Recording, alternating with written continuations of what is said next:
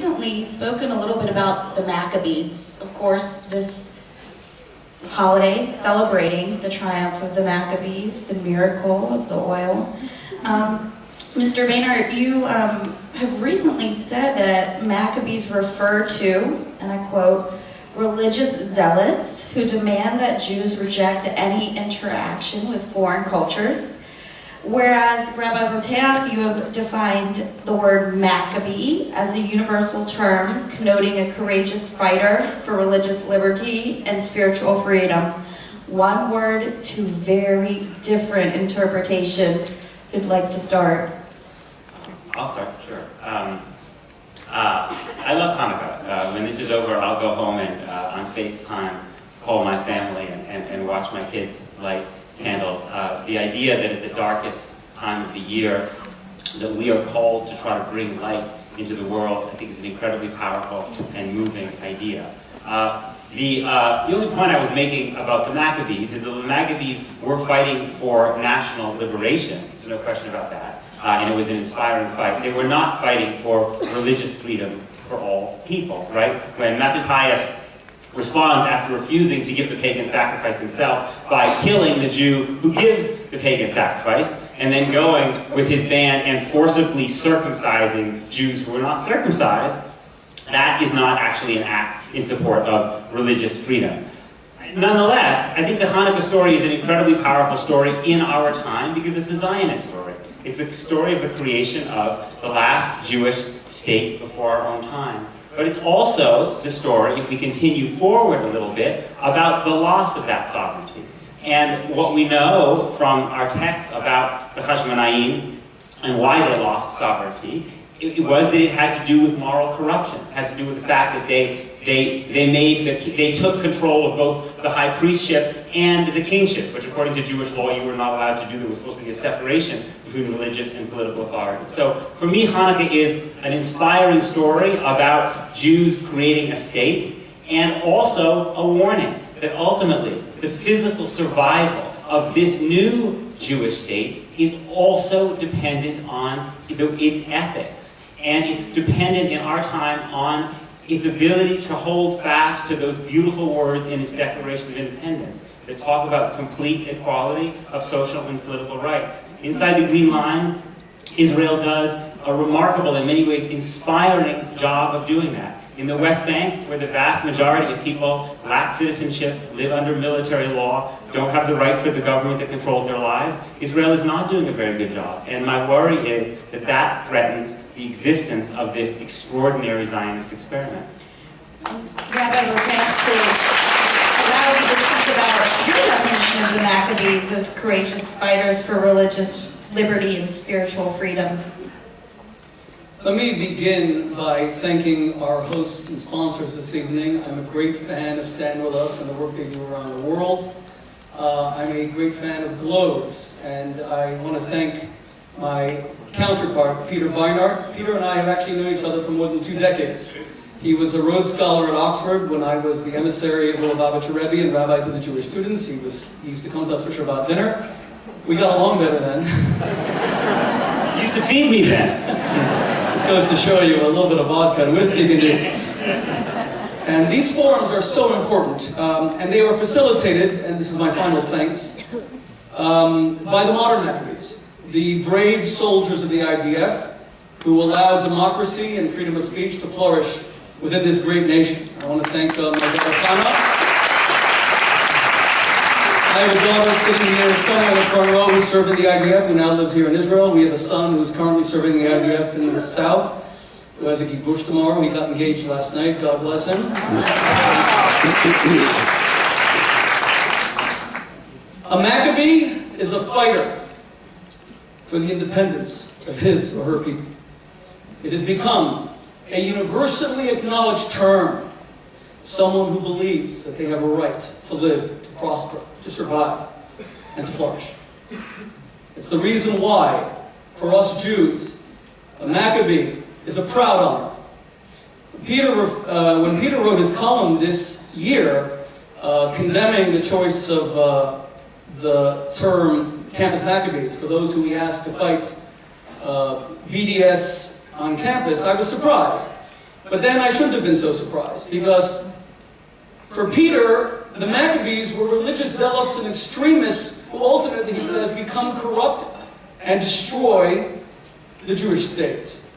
But that's in keeping with what he wrote about Purim, where he actually distorts the words of the Megillah itself. The Megillah says that after the Jews were threatened with a genocide from a country called Persia, very similar to Iran today, threatening genocidal intent against the Jewish state of Israel, that the Jews defended themselves and killed 75,000 who were trying to annihilate them. Peter removes the words defend themselves and says the Jews basically visited upon their enemies what their enemies wanted to do to them. Now, God bless Peter Beinart, this is such an important conversation. But I'm not surprised that Peter condemns the Maccabees or the story of Purim. Because Peter loves Israel unless Israel wants to defend itself. According to Peter, in his book, The Crisis of Zionism, the greatest challenge to the Jewish people is not people being stabbed in marketplaces throughout Israel. It is not people being blown up on buses. It is not the fear that I saw in the eyes of my friends when we took them to a neighborhood in East Jerusalem last night for our son's engagement party. No, the great common drum of Israel, he says, is that we are the aggressor. We are too powerful. We have to be more concerned about our power, and he says that the American Jewish community parades its victimhood in a way that is unacceptable and is morally corrosive. My friends, do any of you feel that that is the primary challenge to Israel? Let me be clear about the threats facing Israel today and why we need more modern Maccabees and why I praise the ancient Maccabees and the modern Maccabees. Iran, under Ayatollah Ali Khamenei, is threatening Israel with genocide on a near daily basis. Peter says it doesn't matter. I'm astonished at the columns that he's written where he says that Iran doesn't mean it, we shouldn't follow their words. He is well aware of the fact that there is a law voted on by most member states of the United Nations, the 1948 Genocide Convention, which makes genocidal incitement a crime. And Khamenei should be indicted by the International Criminal Court, by the ICC. I find it astonishing that he minimizes genocidal intent. Peter, when he looks at the genocidal charter of Hamas, he says, don't focus on the charter. Hamas has issued, quote, other documents of late. Does anyone see Hamas moderating? Not only vis-a-vis Israel's existence, did they see Hamas moderating vis-a-vis innocent Palestinian girls, women, whose only crime is to fall in love with someone who may not be sanctioned by their father or brother? Does anyone know here what Hamas government's punishment is for a young woman who falls in love with a Muslim Palestinian man? The crime for murdering your sister or daughter is 2 years, and it's almost never enforced. Or what happens? I have a gay Orthodox Jewish brother. The plight of gay men in Gaza. When we minimize the threats against the Jewish people, it's not the Jews who primarily suffer. It's our innocent Arab brothers and sisters, each and every one of whom was created equally in the image of God. Each and every one of whom deserve the same rights, freedom of conscience, freedom of speech, freedom of press that is denied our Palestinian brothers and sisters under the Palestinian Authority, Mahmoud Abbas, and under Hamas. You'll find that Peter, I'll finish with this, Peter will always condemn Israel, as he just said. He had to answer the question of the Maccabees by condemning Israel for Judea and Samaria, the West Bank. Is there really a democracy in the Palestinian Authority? Why doesn't that bother you? Mahmoud Abbas was elected to a 4-year term. He hasn't gone to elections in 10 years. Does anyone consider Hamas a democratic government? Peter is not troubled by the absence of Palestinian democracy. He's troubled by his Jewish conscience. Well, Peter, you are a humanitarian. I respect you. But I'm sorry to tell you, Israel does not exist to make you feel better about yourself. It doesn't exist to make you have a clear conscience. It exists as the one and only Jewish state, and its first responsibility is to defend its citizens with the modern Maccabees as with the ancient Maccabees. Let's give you some time to go through some of those points. It's interesting, you notice I didn't mention Rabbi Butach at all in my answer. I actually answered the question.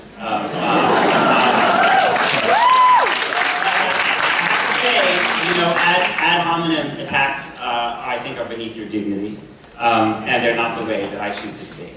Let me tell you what I believe. much of what the way that Rabbi Vekech described my point of view was unrecognizable to me. But I have many family members who are much more in accord with him than they are with me. I have many family members who would choose in an Israeli election between voting for Naftali Bennett and voting for Shas.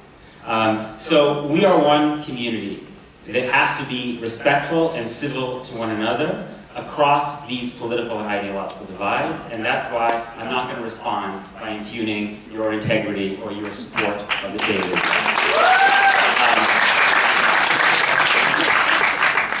The reason I'm a Zionist is because when I was in high school, I saw a Jewish state send airplanes to pick up the Jews of Ethiopia, one of the poorest and most reviled communities on earth, and save their lives by returning them to be with the people from whom they had been estranged since the days when the temple stood. And I saw a man named Anatoly Sharansky. I saw in the news I saw the pictures of him come down the tarmac after 9 years in a Soviet gulag and be greeted by the entire Israeli cabinet. And it seemed to me very obvious, that even as a young person, that we needed one country in the world that was dedicated to Jewish self-protection, that had Jewish self-protection as its mission statement, and that the light from that Jewish community, the extraordinary things that the state of Israel could produce, could enrich and enliven the entire Jewish world as Achad Ha'am envisioned, and indeed the entire world. But I also believe that what made Israel, and still believe, so precious, was that in 1947, in the shadow of the Holocaust, in a war against all of its neighbors, fielding a ragtag army composed in significant measure of people with numbers tattooed on their arms, the founders of this country were a declaration of independence that promised that they would pursue freedom, justice, and peace as envisaged by the Hebrew prophets, and strive to guarantee complete equality of social and political rights irrespective of race, religion, and sex. To me, that is at the heart of the Zionist miracle. And Israel, when it took over the territory in the West Bank, against David Ben-Gurion's fervent arguments that this was a terrible path for Israel to take, Israel turned away from that extraordinary democratic project that it had created, where Israel gave citizenship to the Palestinians remaining inside Israel, even when they were not given citizenship in Syria and Lebanon, to which they had fled. And that, I believe, is a threat to the security of the state of Israel, because democracy is at the core of our ability to defend the state of Israel. And if you don't believe me, maybe you might believe Carmi Gilon, former head of the Shin Bet, who said, Israel's policies in the West Bank are making the lives of millions unbearable. Or you believe Abraham Shalom, who was head of the Shin Bet as well, who said in the West Bank we've become a brutal occupation force. Or you believe Yuval Diskin, who was head of the Shin Bet, who said that in the West Bank we are acting like a colonial regime. Or you believe Edwin Omer, who said, if the day comes when the two-state solution collapses and we face a South Africa-style struggle for equal voting rights, the state of Israel is finished. Or you believe Ehud Barak, who said, if this block of millions of Palestinians cannot vote, then we will be an apartheid state. Those are not my words. I don't use those words. Those are Ehud Barak's words. To defend, it is a threat to Israeli security, to continue to pay people to move from democratic Israel across the Green Line into non-democratic Israel. That is a threat to Israel's survival, because it makes it so much easier for those people who don't want Israel to exist to say that Zionism and democracy are incompatible, to say that Israel is an apartheid state, to say that it's fundamentally a racist enterprise. To defeat them, we have to struggle for Israeli democracy. That's why I write what I do.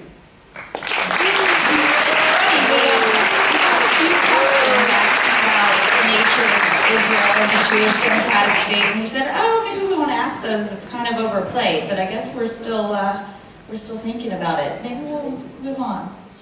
Personally, I want to know what you guys talked about at Shabbos dinner 20 years ago, because that sounds, anything like this would have been a passionate dinner from one of our members.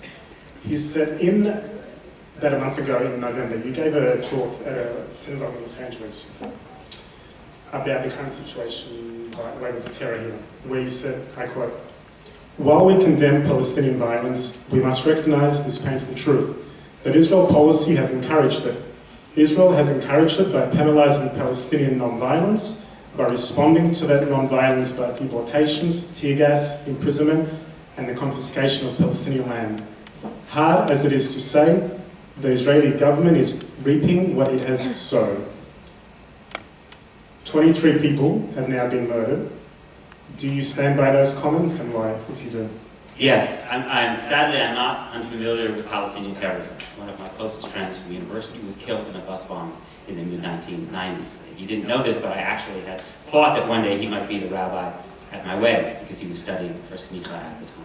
I don't minimize Palestinian terrorism. I had a large suggestion, a large section of that speech, which I could quote to you, was about how horrifying and monstrous I consider Palestinian terrorism, how corrupting it is of the Palestinian national movement, and how any effort to justify Palestinian terrorism or any terrorism is utterly unacceptable. What I was trying to talk about is how to defeat Palestinian terrorism. And what I was saying was actually very similar to something that last month the IDF Chief of Military Intelligence, Herzl Halevi, said, when he said that one of the causes of this monstrous violence is that you have a younger generation of Palestinians who believe they have nothing to lose. If you want Palestinians to fight for their rights in a way that is decent and nonviolent and accepts Israel's right to exist, it is very important that we show that when Palestinians do that, they get somewhere. They get somewhere. And I want to quote you something that Salam Fayyad said. I think we can all agree that Salam Fayyad was a Palestinian politician who a lot of Israeli Jews, even Israeli Jewish hawks, liked because he accepted Israel's right to exist. He did security cooperation. He fought corruption. I'll tell you what this is what Salam Fayyad said when he left Palestinian politics. Quote, Israel never got behind me. In fact, it was quite hostile. The occupation regime is more entrenched, with no sign it is beginning to relinquish its grip on our life. We have sustained a doctrinal defeat we have not delivered. I represent the address for failure. Meanwhile, Hamas is strengthened. We want to defeat Hamas, and we want to defeat those people who are committing these terrible, terrible acts around Israel. We have to show Palestinians that there is a non-violent way of achieving the basic rights that we would want for ourselves. The right to be citizens of a country, the right to live under the same law as your neighbors, the right to free movement, the right to vote for the government that controls your lives. I am motivated because I believe, as many in the Israeli security establishment do, without the prospect for a Palestinian state, that we will be playing into the hands of those horrific murderers who are now stalking the Jewish people.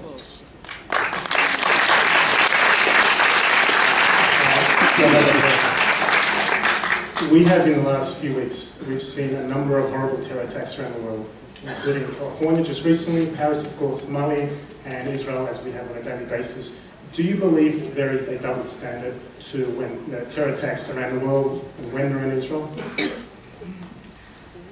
Well, Peter, I've become much more prickly since our last debate at Columbia. Every time I criticize one of your views, you fall back on the old debate tactic of accusing me of ad hominem. When you write things, you are responsible for them, and you must defend them. There's nothing personal about it at all. You publish these columns, and you need to defend your views, not hiding behind reams and reams of paper, not quoting every other person because your own views cannot withstand logical, rational, values-based scrutiny. Quote all the people you want, and it won't change the illogical positions you are spouting. If you want, I will answer your question. I'm just going to go through some of them. Firstly, my friends, do any of you really believe that a woman is raped because of how she dresses? Did any of you believe that had she not shown sexual interest in a man, that she might have been left alone? Or is she a victim and he is the aggressor, period? Do any of you believe that there's anything that African Americans did to invite the abomination of American slavery, or the abomination of Jim Crow and segregation? My God, how dare we blame the victim? Peter actually wrote, and by the way, here Peter is an equal opportunity offender. To answer your question directly, whether he singles out Israel. He often does. I was actually amazed that he was praising Israel within the green line, because in his book, The Crisis of Zionism, he really portrays Israel as a semi-racist country within the green line. You can read the book yourself. You should especially read Brett. Excuse me, I didn't interrupt you. Thank you. You will have every opportunity to respond. Thank you, Peter. You should read Bret Stephens' dismantling of his book, the Wall Street Journal, Foreign Affairs columnist. I've never seen a more devastating book review like the one Bret wrote about Peter's book. The book barely survives the review. But Peter actually says that 9/11 happened because of American foreign policy in the Middle East. He said it was a twisted, distorted response. Those 3,000 Americans who died, you know what their crime was? It was to get up extra early. They were the best employees. The day after Labor Day, to feed their babies. They died because of pure, rabid hatred, and there was no excuse. And the Israelis who are being slaughtered and stabbed and killed today, like the Parisians who are being stabbed and murdered, like the innocent Californians in San Bernardino, they are the victims of pure hatred.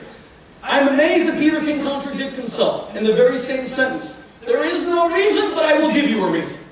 There's no justification, but Israeli policies are motivating this. No, my friends, there is zero truth to that. Israel withdrew from Gaza completely in 2005, even though Peter accuses Israel of not having withdrawn. There's no Israeli soldier there. There are no Israeli settlers there. They were all forcibly dismantled. We all watched it on international TV, even on media outlets that aren't that friendly to Israel. And you know what Israel got in return? 10,000 rockets designed to slaughter Jews, and there is no occupation in Gaza. And there was no occupation. Notice that Peter will use phraseology, and he'll let it pass. But I'm not going to allow him to let it pass. Notice that he said before, when Israel took over the West Bank. Does anyone remember Israel taking over the West Bank? I seem to remember in 1967 that in a surprise war of annihilation launched by Egypt and Syria, and later by Jordan, Israel was forced to defend itself. It got those territories. In fact, they are ancient biblical lands, Judea and Samaria. That's also undeniable. It's in the Bible. And we have found limitless Jewish artifacts in all of those areas. But I seem to remember that the Israeli leadership went to the Arabs, especially to Moshe Dayan, and said, take it all back. And we want peace. And the Arabs responded with the famous 3 no's in Khartoum. You remember them. Say them with me. No peace, no negotiation, no recognition. You mentioned Ehud Barak. Ehud Barak's whole government fell because he offered Yasser Arafat 97% of the West Bank in 2001 under President Bill Clinton at Camp David. Arafat rejected it. Olmert made virtually the same offer to Mahmoud Abbas in 2008. They rejected it. Polls consistently show that our Palestinian brothers and sisters in the West Bank, about 50%, would never agree to Israel's existence, even with the total relinquishing, if Israel were to withdraw. But here's something even more significant. What would happen if Israel withdrew? See, Peter's entire argument is the Israeli occupation.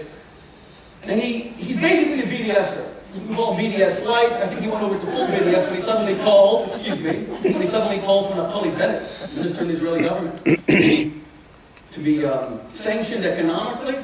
He went into full BDS. But either as it may, notice Peter doesn't call for a boycott of Apple computer and an iPhone, even though it's made in China, which has been occupying Tibet since 1951, longest occupation in modern history. He doesn't call for a boycott of stolen. Okay, but he will focus specifically on Israel. And it's not that it's just a double standard. Peter raises an impossible standard. He won't allow Israel to simply defend itself. So when it comes to giving a justification for terror, there is often a double standard, but here I have to praise Peter. It's the same standard. He often blames Western democracies whose innocent citizens are attacked by terrorists, and there is no justification for terrorism whatsoever. Every human life is of infinite value, and we must always establish it thus. Thank you. Was quite explicit when he said, unless there is a negotiated two-state solution, Israel risks becoming a binational state and losing the Jewish nature of the Jewish state. Prime Minister Netanyahu has very strongly come out this morning against that, albeit not outlining what he will do.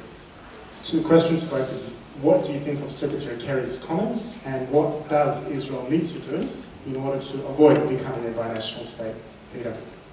So Kerry's comments were not actually very different than the warning that David Ben-Gurion gave after 67, not very different than the warnings that Ehud Olmert and Ehud Barak and other Israeli politicians have offered, right? If you permanently control the West Bank with millions of Palestinians who lack citizenship in the country in which they live, because they live under Israeli control, the IDF can go whenever it wants into any square inch of the West Bank. Israel controls the borders, it controls the airspace, it controls the telecommunications spectrum. There is only one army, only one state which controls the West Bank. It's the state of Israel. It subcontracts some of the things it doesn't want to do to the Palestinian Authority, but if it wants to arrest members of the Palestinian Authority, it can do so, it will. So the question is, you can give those people the right to vote and citizenship in Israel, which is what many anti-Zionists want. But then Israel is no longer a Jewish state. Or you can support the idea of a Palestinian state in which Palestinians have citizenship and the right to vote in a country of their own. And Israel becomes, again, a country that offers the right of citizenship to all the people in its domain and remains a Jewish state. Now, there are those who would say that the creation of a Palestinian state is impossible. That's a legitimate argument. We can have that argument. I, for the record, do not support a unilateral pullout of the IDF from the West Bank. I support a negotiated peace agreement along the lines that Mahmoud Abbas and Ehud Olmert were negotiating in 2007, 2008. And in fact, Olmert has said that Abbas was negotiating in good faith, and there was a difference between the positions they had. Olmert had an offer. Rabbi mentioned that. He didn't mention that Abbas had an offer as well. What I would say to people who are a little bit more hawkish than me, who don't believe in the possibility of a Palestinian state now, if you believe that a Palestinian state is the right outcome eventually, because you don't believe in permanently non-democratically controlling millions of people, and you don't want to give them the right to vote and end Israel as a Jewish state, you at least need to maintain the possibility of a Palestinian state one day. Even if you don't think it's possible now, maintain the possibility one day. And therefore, you should not support the massive subsidizing of settlements. Right? According to a study by Yediot Ahronoth, an opposition newspaper, right? The average settler gets 70% more government money than does the average citizen of Israel inside the Green Line. The 5 most heavily subsidized municipalities in the state of Israel are all in the West Bank. I think that is very dangerous for the state of Israel because it makes the possibility of a viable, contiguous Palestinian state, which Israel needs for its own democratic survival, much, much harder. One last thing. It is not to say, Rabbi mentioned absolutely correctly, the biblical significance of places in the West Bank, like Shechem, Hebron, and Beit Lechem. Jews have the right to live in the West Bank. I think it's very important. But they don't have the right to live in the West Bank under a different law than their Palestinian neighbors.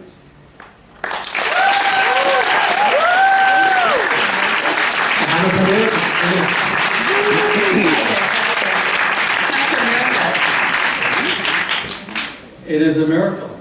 And you've got a lot of fans out there. That's nice.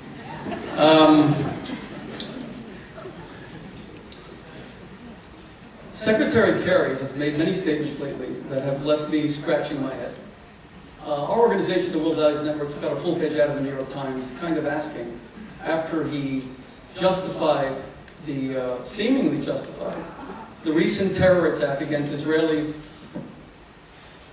over the past 2 months, saying that they were resulting from settlements. We were shocked. We took out a full-page ad to his credit, and by the way, he later went to Paris and spoke to the United States Embassy staff, and he seemed to justify the murder of the Charlie Hebdo journalists. He said that was kind of understandable because they were inciting people with their cartoons about the Prophet Muhammad, but this indiscriminate slaughter in concert halls, where did that come from? He got very upset about that, took out a full-page ad. To his credit, he reversed himself. He came to Israel, and he made an unconditional condemnation of terrorism. I would ask Peter to do the same. You have the opportunity to do exactly what Secretary Kerry did, and reverse yourself and say that you condemn terrorism unconditionally with no justification, because, my friends, no nation has ever suffered more than the Jews in Germany and Poland and Europe during the Holocaust, and they never blew up German buses or kindergartens. There is no justification. You cannot say, and by the way, that is the soft bigotry of low expectations. Our Arab, Muslim, Palestinian brothers and sisters are moral agents. They are endowed with free choice, just like us. We should not say they're simply reactionaries, that they have no choice but to react this way. That is not true. Islam is a great world religion. It has a moral code. It says that human life is of infinite value. There is no justification. And when it comes to Judea and Samaria, the West Bank, let's be clear. All polls show that were there to be an election tomorrow, if Israel were to withdraw, there would be a Hamas government. There would be no democracy there, Peter. Women would be subjected to honor killings. Mahmoud Abbas is bad enough. He's established a kleptocracy. He's accused by Yasser Arafat's former foreign minister of stealing more than $100 million, which makes him the little thief because Arafat stole $1.3 billion. But there's a kleptocracy in the Palestinian Authority. There is no democracy there. Newspaper editors are thrown into jail. There hasn't been an election he's in the 10th year of a 4-year term. I said that before. But Hamas would be infinitely worse, and it would invite rockets against Jerusalem, etc., etc. The settlements account for 7% of the West Bank. 7%. And the Prime Minister already said that he would support a two-state solution. You cannot negotiate with a Palestinian Authority that refuses to even come to the table. The Prime Minister said that he would have no prerequisites for negotiations. Abbas won't even sit down to talk. So, Peter, you're speaking to the wrong crowd. You're speaking to the wrong group. Israelis might have chosen that path a long time ago if it had not continually led to terror waves and the slaughter of so many Israeli civilians. But do you really want another Hamas state on Israel's eastern border? You know, the most wicked man, I'll conclude now, another miracle of Hanukkah.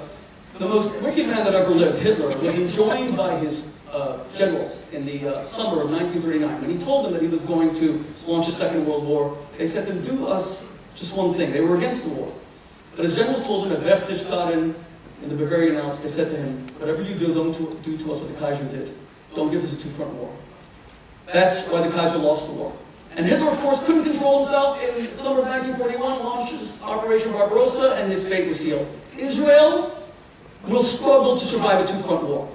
And the idea of withdrawing from Judea and Samaria right now will bring a Hamas government, sworn to Israel's destruction with a genocidal charter for the annihilation, not just of Jews here in Israel, but even you and me, Peter. In New York, on your set in CNN. That's what their charter says, that they want to murder every Jew in the world. I'm going to jump in here. Of terrorism in Palestinian mass media and in the educational system. Palestinians need to be willing to... I've written columns about the reluctance of Palestinian intellectuals who I know myself, who are liberals and Democrats and secularists, their unwillingness to publicly denounce Hamas. Palestinians need to be more willing to confront those elements in their own national movement that threaten the liberal democratic values that are necessary for Israel and also for the Palestinians. And Rabbi, what do Israelis need to do? What steps do Israelis need to take? Well, for the record, I just want to point out that Peter, thank you, it's the second time you agreed with me tonight. That's two. I remember Purim 1994. Were you in Oxford 1994? Yes. So you may remember this as well. A man named Baruch Goldstein, who wore a yarmulke and tzitzit, who lived in Hebron, and who was a doctor and who treated many victims of terror, friends of his who were stabbed to death, took M16s and grenades and went into a mosque in the tomb of the patriarchs, and he killed 29 innocent Palestinians in prayer.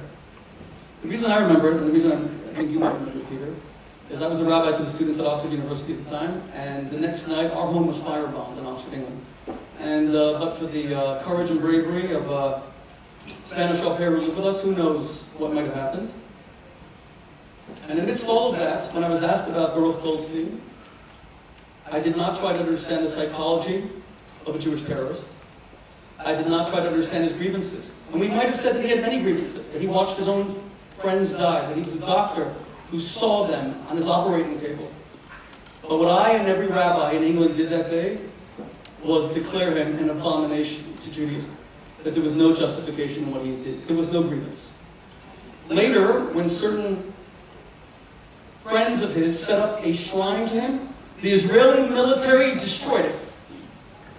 That is how you deal with terrorism. You don't try to understand its psychology. You don't try to find a grievance. You say that this is an abomination from within. And that's why Israeli society has, thank God, remained so healthy. Compare that to Dalal Rabbi, the 1978 coastal murders. I think 39 murdered. She has a square named after her by Mahmoud Abbas himself. Compare that to the murderers who are released in Israeli prisoner swaps, who get $50,000 by the Palestinian Authority, rewarded for murder of men, women, and children. Ultimately, you're right, Peter, Israel can only do so much in the battle against terror. It must be combated from within. And what really confuses and mystifies me is why you declare ISIS to be evil, but not Hamas. Why is one, just a moment please, why is ISIS evil? You should try to get into their psychology. I bet they have grievances. I bet they feel humiliated in some way. I bet they have good reason to do what they're doing. Why is ISIS evil, but Hamas is not evil? Islamic Jihad is not evil. Hezbollah is not evil. Ayatollah Ali Khamenei is not evil. Ayatollah Ali Khamenei, I just called Baruch Goldstein a terrorist. Will you please declare Ayatollah Ali Khamenei, who funds terrorism throughout the world through Hezbollah, they're supporting Hamas, they're probably back to support Hamas, is the world's foremost terrorist? Will you call these people terrorists, or will you dance and give us definitions that aren't that clear so that we still don't know where you stand on the issue? Of course Iran is a major sponsor of terrorism. There's no question about that whatsoever. I'm surprised you don't think I know that. Yes, we all have, there is a very, very important struggle, both in Israeli and Palestinian society, against the breeding of hatred. It is compare the two, Israeli and Palestinian society? No, I'm not comparing the two. I'm saying it exists in both societies. I'm not saying it exists to the same degree. Same degree? I didn't say it exists to the same degree. I say it exists in both societies, and we have a responsibility, as we demand the Palestinians fight it, to also look at ourselves, right? So Israel is, you talk about Palestinian squares. In almost every major Israeli city, there is a street named for David Raziel, right? Who was David Raziel? He's a man who put bombs in milk cartons and killed 21 Palestinians in Haifa in 1938. Ovad Yosef, who called Palestinians vermins and ants and snakes, right? Was not repudiated by anyone, right? He was one of the most acclaimed figures in the state of Israel. Everybody came to his funeral when he died. There is a reason that Yuval Diskin, former head of the Shin Bet, said the youth in Israel have become, over the past 10 to 15 years, more and more racist. The polling shows, for instance, from the Israeli Democracy Institute, that 43% of Israelis want the government to encourage Arabs to leave the country, and that 45% of Jewish high school students would not sit in a class with Arabs. I'm not saying this to suggest that this is equal to what the Palestinian incitement is. I'm saying that we also have to struggle against the hatred that this conflict